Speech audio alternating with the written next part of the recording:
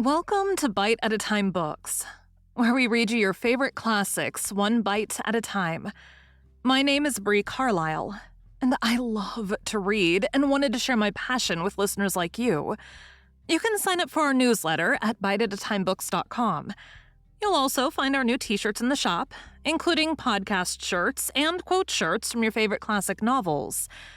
Be sure to follow my show on your favorite podcast platform so you get all the new episodes. We're part of the Bite at a Time Books Productions Network. If you'd also like to hear what inspired your favorite classic author to write their novels, and what was going on in the world at the time, check out the Bite at a Time Books Behind the Story podcast, wherever you listen to podcasts. Today we'll be continuing Les Miserables by Victor Hugo. Chapter 5. Enlargement of Horizon. The shocks of youthful minds among themselves have this admirable property that one can never foresee the spark, nor divine the lightning flash. What will dart out presently? No one knows. The burst of laughter starts from a tender feeling. At the moment of jest, the serious makes its entry. Impulses depend upon the first chance word. The spirit of each is sovereign. Jest suffices to open the field to the unexpected. These are conversations with abrupt turns, in which the perspective changes suddenly. Chance is the stage manager of such conversations. A severe thought, starting oddly from a clash of words, suddenly traversed the conflict of quips in which Grantaire, Bahorel, Provert, Bossuet, Combeferre, and Courfeyrac were confusedly fencing. How does a phrase crop up in a dialogue? Whence comes it that it suddenly impresses itself on the attention of those who hear it? We have just said that no one knows anything about it. In the midst of the uproar, Bossuet all at once terminated some apostrophe to Combeferre with this date, June 18th, 1815, Waterloo. At this name of Waterloo, Marius, who was leaning his elbows on a table beside a glass of water, removed his wrist from beneath his chin and began to gaze fixedly at the audience. "Pardieu!" exclaimed Courfeyrac. Parbleu was falling into disuse at this period. "That number 18 is strange and strikes me. It is Bonaparte's fatal number. Place Louis in front and Brumaire behind you. You have the whole destiny of the man with this significant peculiarity, that the end treads close on the heels of the commencement." Enjolras, who had remained mute up to that point, broke the silence and addressed this remark to Combeferre. "You mean to say the crime and the expiation?" This word, crime, overpassed the measure of what Marius, who was already greatly agitated by the abrupt evocation of Waterloo, could accept. He rose, walked slowly to the map of France spread out on the wall, and at whose base an island was visible in a separate compartment, laid his finger on this compartment and said, "Corsica, a little island which has rendered France very great."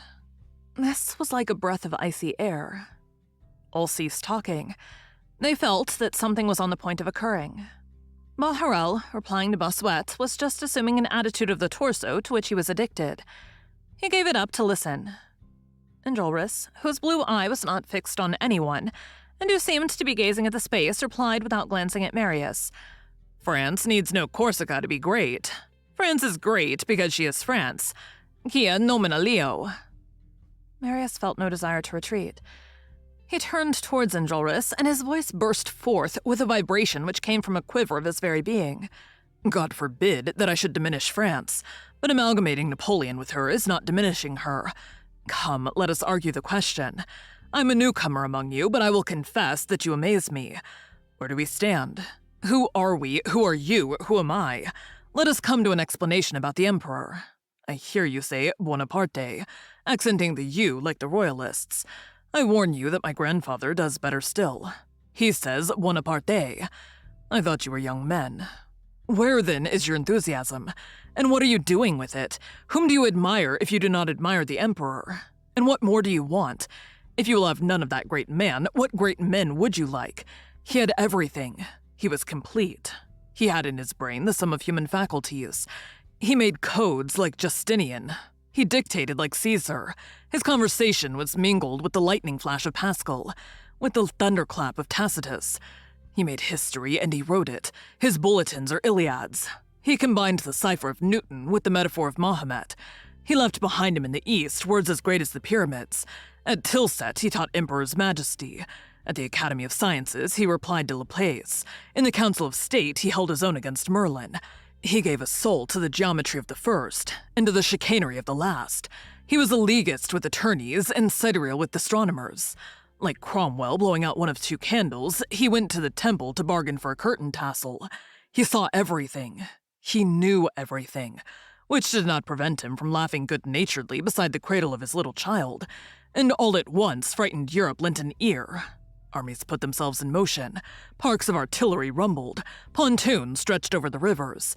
Clouds of cavalry galloped in the storm. Cries, trumpets, a trembling of thrones in every direction. The frontiers of kingdoms oscillated on the map. The sound of a superhuman sword was heard as it was drawn from its sheath. They beheld him, rise erect on the horizon with a blazing brand in his hand and a glow in his eyes, unfolding amid the thunder his two wings, the Grand Army and the Old Guard, and he was the Archangel of War. All held their peace, and Enjolras bowed his head. Silence always produces somewhat the effect of acquiescence, of the enemy being driven to the wall. Marius continued with increased enthusiasm, and almost without pausing for breath. Let us be just, my friends. What a splendid destiny for a nation to be the empire of such an emperor, when that nation is France and when it adds its own genius to the genius of that man. To appear and to reign, to march and to triumph, to have for halting places all capitals, to take his grenadiers and to make kings of them, to decree the falls of dynasties and to transfigure Europe at the pace of a charge, to make you feel that when you threaten you lay your hand on the hilt of the sword of God, to follow in a single man Hannibal, Caesar, Charlemagne, to be the people of someone who mingles with your dawns a startling announcement of a battle won, to have the cannon of the invalids to rouse you in the morning, to hurl into abysses of light prodigious words which flame forever, Marengo, Arcola, Austerlitz, Jena, Wagram, to cause constellations of victories to flash forth at each instant from the zenith of the centuries, to make the French Empire pendant to the Roman Empire, to be the great nation and to give birth to the Grand Army, to make its legions fly forth over all the earth, as a mountain sends out its eagles on all sides to conquer, to dominate, to strike with lightning, to be in Europe a sort of nation gilded through glory, to sound athwart the centuries at trumpet blast of Titans, to conquer the world twice by conquest and by dazzling. That is sublime, and what greater thing is there? To be free, said Combeferre. Marius lowered his head in his turn. That cold and simple word had traversed his epic effusion like a blade of steel, and he felt it vanishing within him. When he raised his eyes, Combeferre was no longer there. Probably satisfied with his reply to the apotheosis, he had just taken his departure, and all, with the exception of Enjolras, had followed him. The room had been emptied. Enjolras, left alone with Marius, was gazing gravely at him. Marius, however, having rallied his ideas to some extent, did not consider himself beaten. There lingered in him a trance of inward fermentation which was on the point, no doubt, of translating itself into syllogisms, arrayed against Enjolras. And all of a sudden, they heard someone singing on the stairs as he went. It was Combeferre. And this is what he was singing. Si Caesar, me veit don, la gloria et guerre, et quil me felet quitter, l'amour de ma mère. Je dirius al grand Caesar, reprends ton sceptre et ton char, j'aime mieux ma mère au guerre, j'aime mieux ma mère. The wild and tender accents with which Combeferre sang communicated to this couplet a sort of strange grandeur. Marius, thoughtfully, and with his eyes diked on the ceiling, repeated almost mechanically, "My mother?" At that moment, he felt Enjolras' hand on his shoulder. "Citizen," said Enjolras to him, "my mother is the Republic." Thank you for joining Bite at a Time Books today, while we read a bite of one of your favorite classics. Again, my name is Bree Carlile, and I hope you come back tomorrow for the next bite of Les Miserables. Don't forget, you can sign up for our newsletter at biteatatimebooks.com. And while you're there, check out our t-shirt shop. You can look in the show notes or on our website, biteatatimebooks.com, for the rest of the links for our show. We'd love to hear from you on social media. You can find us everywhere at Bite at a Time Books.